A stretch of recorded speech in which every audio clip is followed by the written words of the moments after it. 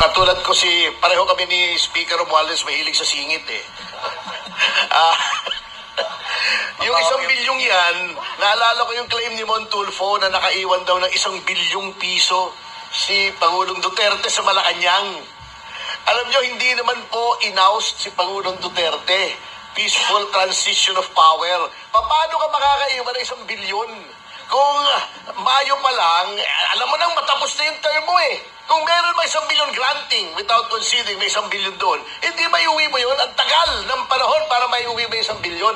Kung siguro 1,000 piso, 2,000 piso nakalimutan mo sa drawer, pwede. 1 bilyon!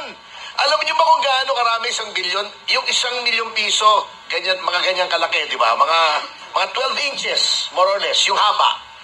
1,000 ganon ang 1 bilyon. 1,000 na 1 milyon. Nakalimutan mo, hindi mo napansin.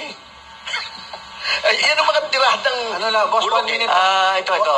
1 minute lang, boss. Alam mo si Montulfo, anak niya sa labas yan si Madriaga eh.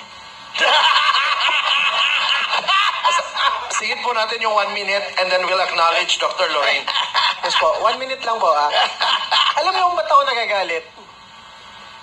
Una, hindi talaga kilala yan sa PSG, VP PSG, sa security detail ng Pangulong Duterte at Vice President Sara Duterte. Ang dami nagte-text sa amin sa Duterte Youth Party List. Sir, sabihin nyo nga hindi namin kakilala yan. Puro opisyal. Galing PMA at PNP. Sir, hindi namin nakilala yan o kahit kailan. Yung kaisa-isang picture niyan, nakatabi na solo si Vice President, yan yung inauguration ni ma'am, na 1,000 taga Davao audience ang nagpa-picture sa kanya isa-isa. Yun lang yun. And pangalawa, talagang ang Duterte Youth Party List, nakakuha ng pinakamalaking boto ng ating mga pulis at sundalo, gusto lang ipaabot ng ating mga pulis at sundalo na hindi man lang namin naging kasama yan, kahit private sa Armed Forces, kahit patrolman sa PNP, huwag niyang sabihin na kung ano-anong claims niya sa buhay dahil kalokohan, alam ng lahat ng security agencies ng ating bansa, Mr. Madriaga. Pero alam mo ba kung anong dinala ni Laila de Lima nung dumalaw kay Madriaga? Saging na saba. Alam naman po natin, di ba, judging by the affidavit that it will not stand legal scrutiny, even more perhaps psychiatric assessment, hindi rin magsastand yan. Baka nasiraan for staying under de Lima's wing. So anyway, acknowledge po natin ngayon si Dr. Lorraine Badoy. Dr. Lorraine, are you still there? Yeah, can you hear me? Okay, loud and clear You po. can hear me. Go. As GMA Okay, would say, so, Lorraine. listening to Ronald, to Attorney Topacio, everybody, it's enraging, di ba? Nakakabaliw sa galit.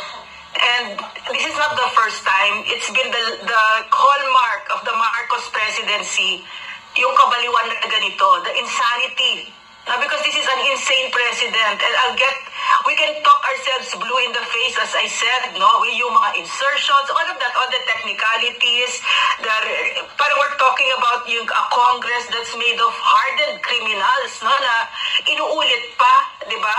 While this president, his idea of damage control is salita lang, puro salita. And then the most ridiculous things, because if there's anything that's very clear right now, is that Bongbong Marcos did not run to serve. He ran to steal from the Filipino people. Kung kaya ito mga na pinapakinggan natin, nakakagalit, and for the past 3 years, this is what he's been doing to the Filipino people. Diba? And why is that? This is a man in the grip of a powerful substance abuse disorder. If there's anything that's very clear now, is that he's not fit to lead. He has destroyed our economy in under 3 years.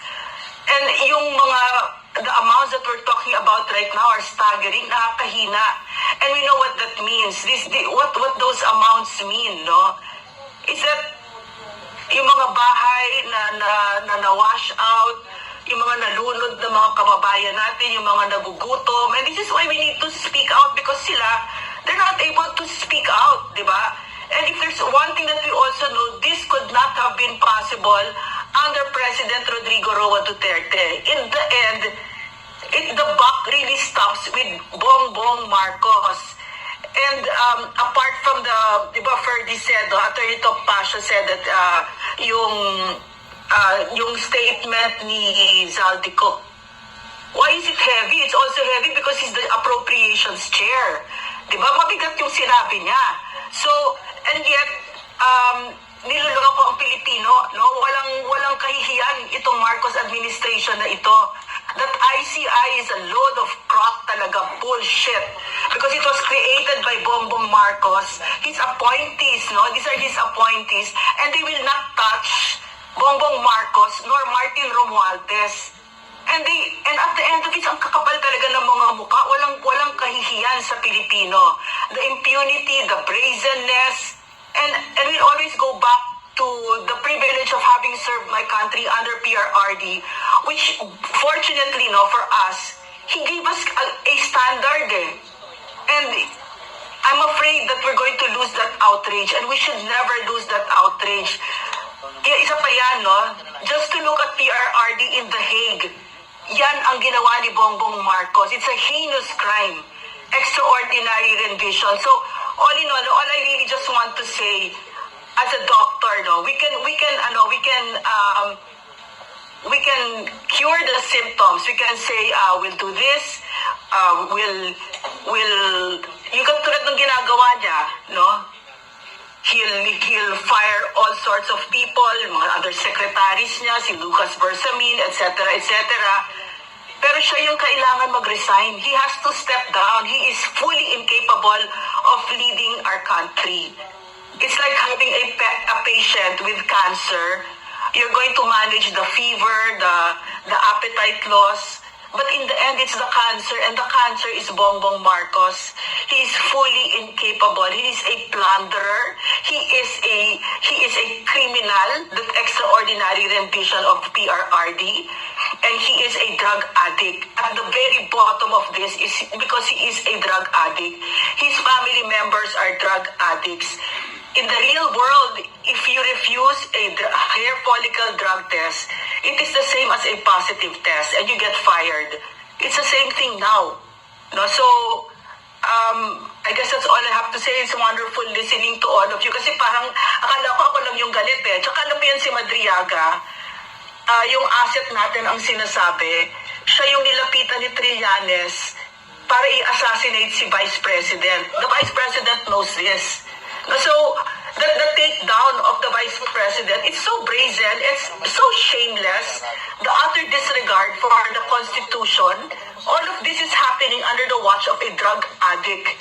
So we should not be surprised anymore that all of this madness is happening, and that madness has to stop, and he has to step down. Bongbong Marcos has to step down now. Otherwise, he's going to bleed our country dry. He's doing it now. On one hand, he's going the rounds with all of his ridiculous statements na nagpapapogi na about good governance and about corruption. So he's so against it. But on the other hand, he's sending Vince Dizon, his alter ego, to steal from us. No, so nakakahiya itong president na ito. He has to step down. That is the moral obligation of our generation. Not to allow any Marcos ever again. That's it. Thank you. Thank you, Dr. Lorraine, for that. May question po na pumasok dito ngayon from Dare to Us. Sa mga hindi pa po nagpa-follow ka Dare to Us, siya yung pina-follow ko if I want to understand about the budget.